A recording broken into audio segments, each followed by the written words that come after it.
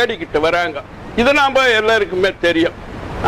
தேவர்கள் இந்த பூலோகத்துல பிறந்து நம்ம தேவன் இந்த பூலோகத்துக்கு வரதா சொன்னாங்க.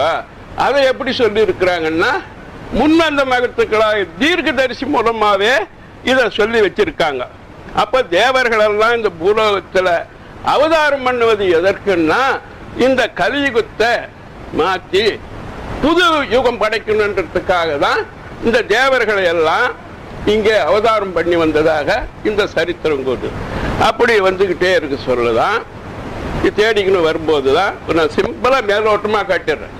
அப்படி தேடிக்கணும் வரும்போதுதான் அங்க வெளியில குரமாத சந்திக்கிறாங்க. குரமாத சந்திக்க சொல்ல அந்த குரமாதனுடைய ஒரு குறி சொல்றாங்க.